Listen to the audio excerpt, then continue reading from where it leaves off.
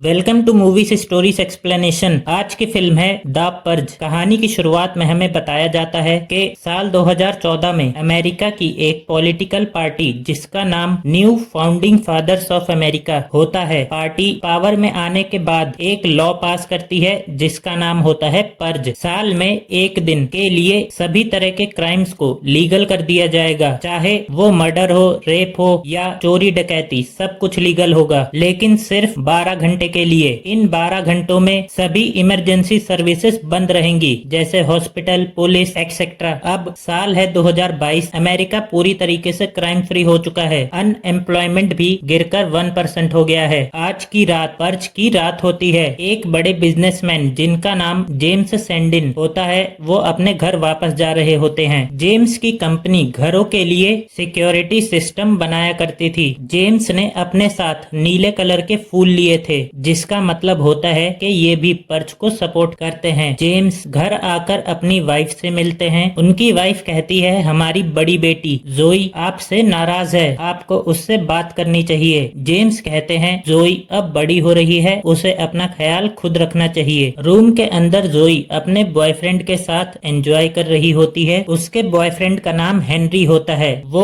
उम्र में जोई से बहुत बड़ा होता है, इसीलिए जोई के डैड इस रिश्ते को सपोर्ट नहीं करते थे। जोई को अपने डैड की आवाज आती है। वो अपने बॉयफ्रेंड को अपने घर जाने को कहती है। जेम्स की वाइफ मैरी बाहर आकर अपने पड़ोसियों से मिलती है। मैरी के नेबर्स भी कहते होते हैं कि तुम बहुत लकी हो जो इतने बड़े घर में रहती हो। मैरी के पास एक छोटा सा टॉय आता है जिसमें कैमरा होता है। इसे मैरी के छोटे बेटे चार्ली ने बनाया होता है। चार्ली अपनी मॉम को अपने खिलौने की खासियतें बताता है। शाम होती है, सभी लोग साथ में बैठ के डिनर कर रहे होते हैं। जेम्स बताते हैं, मेरे डिवीजन ने सबसे ज्यादा सिक्योरिटी सिस्टम्स बेचे हैं। सभी लोग उनको कांग्रेट्स करते हैं। जेम्स बताते हैं, लॉकडाउन का टाइम शुरू होने वाला है। वो सीसीटीवी कैमरा पे बाहर की सिचुएशन देख रहे होते हैं। उन्होंने अपनी फैमिली की सुरक्षा के लिए गन्स भी अपने पास रखी होती हैं। लॉकडाउन शुरू ही होने वाला था। जेम्स अपने घर को पूरी तरीके से सिक्योर कर लेते हैं। सभी लोग साथ में बैठे होते हैं। रात के 7 बज जाते हैं। एक सायरन बजता है और उसी के साथ पर्ज नाइट शुरू हो जाती है। ये सुबह 7 बजे तक चलेगा। जोई अपने रूम में वापस आ जाती है। रूम में उसका बॉयफ्रेंड हेनरी भी होता है। यहाँ से जाने पर थोड़ी देर बाद वो वापस आ गया था। जोई का बॉयफ्रेंड हेनरी जोई से बोलता है कि मुझे तुम्हारे फादर से बात करनी होगी, उनको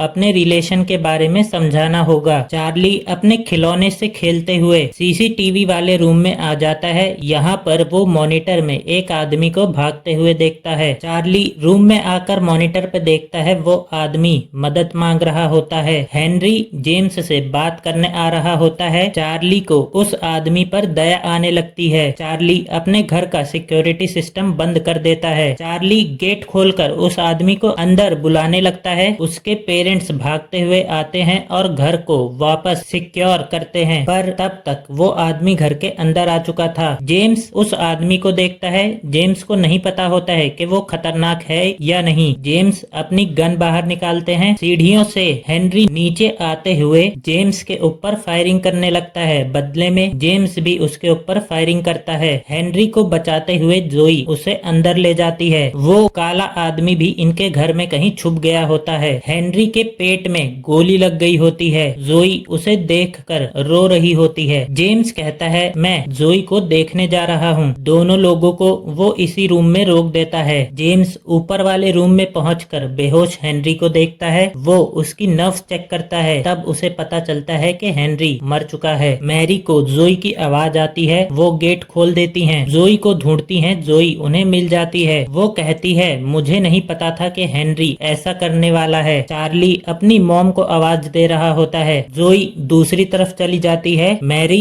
आकर चेक करती हैं। जेम्स को भी कुछ आवाज आती है। मॉनिटर पर देखते हैं बहुत सारे लोग हथियार लेकर उनके घर के सामने सामने खड़े होते हैं। उन आदमियों का लीडर जेम्स से कहता है, हमें पता है कि आप पर्च के समर्थक हैं। वो कहता है, हम हत्या करेंगे, लूटपाट करेंगे और अपनी आत्मा को शुद्ध करेंगे। हमारा टारगेट हमसे छूट गया है। आपके पड़ोसियों ने हमें बताया कि आप लोगों ने उसे अपने घर पर छुपाया है। आप हमें उस आदमी को वापस कर दीजिए, वरना आपको और आपके परिवार को इसकी कीमत चुकानी पड़ेगी। आपके सिक्योरिटी सिस्टम को तोड़ने में हमें ज्यादा समय नहीं लगेगा। फैसला आपके हाथ में है। उन लोगों ने इनके घर की लाइट भी काट दी होती है। मैरी पूछती है, वो लोग हमारी सिक्योरिटी तोड़ तो नहीं पाएंगे? जेम्स कहता है, मुझे नहीं पता, सिस्टम को इतनी बदतर सिचुएशन के लिए नहीं बनाया गया था। जेम्स कहता है, हम उस आदमी को ढूंढेंगे, उसे घर से बाहर निकाल देंगे। जेम्स टॉर्च लेकर पूरे घर में ढूंढना शुरू कर देता है। मैरी भी टॉर्च लेकर ढूंढ रही होती है। चार्ली को भी आइडिया आता है। वो अपने खिलौने के जरिए उस आदमी को ढूंढने लगता है। चार्ली उस आदमी को ढूंढ भी लेता है। उसका ध्यान अपने खिलौने की तरफ अट्रैक्ट करता है। खिलौने को अपने रूम की तरफ ले जाता है। वो आदमी उसका पीछा करने लगता है। अपने रूम की सीक्रेट प्लेस में चार्ली उस आदमी को छुपा देता है। रूम में मैरी आ गई होती है, पर उन्हें ऊपर से कुछ आवाज आती है। वो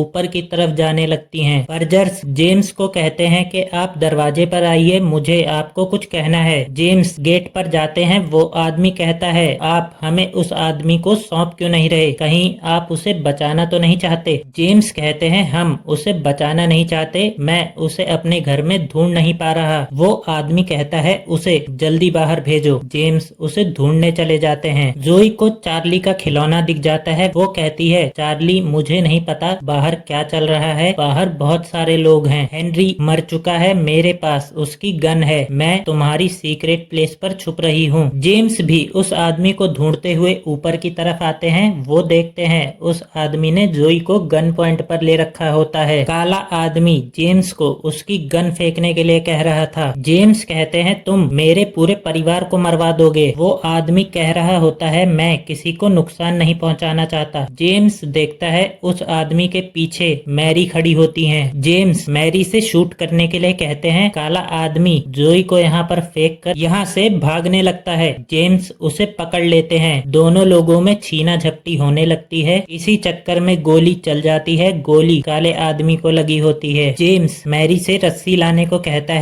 है हमें इस आदमी को बाहर भेजना होगा। जोई बेहोश होती है। जेम्स उस आदमी को बांध देता है। उसके हाथ पैर बन चुके थे, पर वो होश में आ गया था। वो छटपटाने लगता है। जेम्स मैरी से कहता है, एक चाकू लेकर आओ और इसके जख्म पर दबाव डालो। मैरी जब ऐसा करती है, वो आदमी चिल्लाने लगता है। जेम्स कहता है कि अगर शांति से हमारी बात नहीं मानी तो वो ऐसा दोबारा करेगी। वो आदमी शांत हो जाता है। जेम्स उसे कुर्सी पर बैठा देता है। जेम्स उसे टेप से बांधने लगता है। तभी मैरी कहती है, हम लोग क्या कर रहे हैं इस आदमी के साथ? ऐसा करना किसी को भी अच्छा नहीं लग रहा था, पर इनकी भी मजबूरी थी। जेम्स मैरी को भी कहता है, मैं ऐसा सिर्फ अपने बच्चों की रक्षा के लिए कर रहा हूँ। चार्ली यहाँ से चला जाता है। मैरी चार्ली को ढूंढने जाती है। जोई को भी होश आ गया था। जेम्स देखता है उसके सर पर थोड़ी सी चोट लगी होती है। जेम्स हेनरी के लिए माफी मांगता है। जेम्स कहता है, तुम फिक्र मत करो, सब कुछ ठीक हो जाएगा। जोई कहती है, कुछ भी ठीक नहीं होगा। वो यहाँ से चली जाती है। काला आदमी कहता है, अपने बच्चों को बचा लो, तुम मुझे उनके हवाले कर दो। मैरी चार्ली को ढूंढते हुए मेन गेट की तरफ आ जाती है। वो देखती है उन लोगों ने बड़ी बड़ी चेन्स को घर के बाहर लगी शील्ड पर बांधा होता है। उसे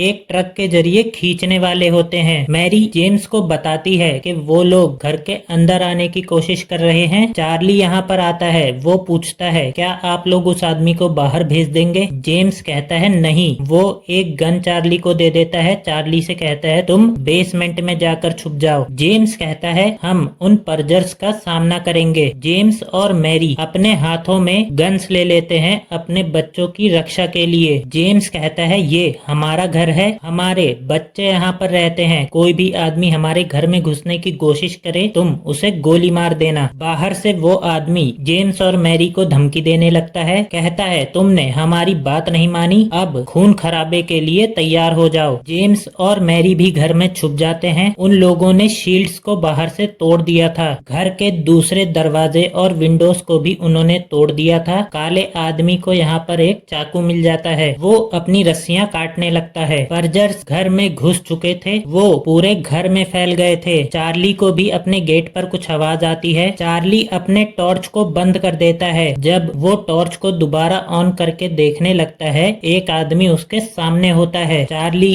जोर से चिल्लाने लगता है। वो आदमी चार्ली को मारने वाला था। जेम्स वहाँ पर पहुंचकर उस आदमी को मार गिराते हैं। वो चार्ली को अपने साथ ले जाते हैं। उनके बॉस को जोई की तस्वीर दिखती है। वो जोई के कमरे में पहुंच जाता है। उसे पता होता है जोई बेड के नीचे छुपी है, पर वो जोई को मारता नहीं। वो अपने आदमी से कहता है, ये लड़की खूबसूरत है, ये मुझे चाहिए। ये कहकर वो बाकियों को मारने चला जाता है। जेम्स चार्ली को एक रूम में छुपाता है। उसे कहता है यहीं पर रहना। जेम्स को ढूंढते हुए दो आदमी और मिल जाते हैं। वो उन पर हमला करता है। वो दोनों भी जेम्स के ऊपर हमला कर देते हैं। जेम्स उनसे बचते हुए एक लड़की को मार गिराता है। दूसरा लड़का जेम्स के ऊपर हमला कर देता है, पर जेम्स उसे भी मार गिराते हैं। एक और आदमी घर में घुसकर जेम्स के ऊपर हमला करता है। जेम्स उसे कुल्हाड़ी से मार देते हैं। जेम्स रूम से बाहर जाने लगते हैं। बॉस आकर जेम्स के पेट में चाकू मार देता है। वो आदमी जेम्स से कहता है, आपकी आत्मा शुद्ध कर दी गई है। चार्ली मॉनिटर पर देख रहा होता है। दो पर्जर्स बाहर खड़े होते हैं। दो लोग यहाँ पर आकर उन दोनों को गोली मार देते हैं। मैरी के ऊपर एक लड़की हमला कर देती है। एक लड़का और लड़की उसे पकड़ लेते हैं। लड़की उसके पेट में चाकू मारने ही वाली होती है कि दो आदमी यहाँ पर पहुंचकर मैरी की जान बचा लेते हैं। वो दोनों घर में बाकी पर्जर्स को भी मारने लगते हैं। मैरी को जख्मी जेम्स दिखता है। वो जोई और चार्ली को आवाज देने लगती है। चार्ली यहाँ पर आ जाता है। बॉस बंदूक लेकर इनके सामने खड़ा होता है। वो उन पर हमला करने ही वाला था कि उसी वक्त जोई यहाँ पर पहुंच जाती है। वो 6 की 6 गोलियां उस आदमी को मार देती है। वो भी अपने डैड के पास आई होती है। उनसे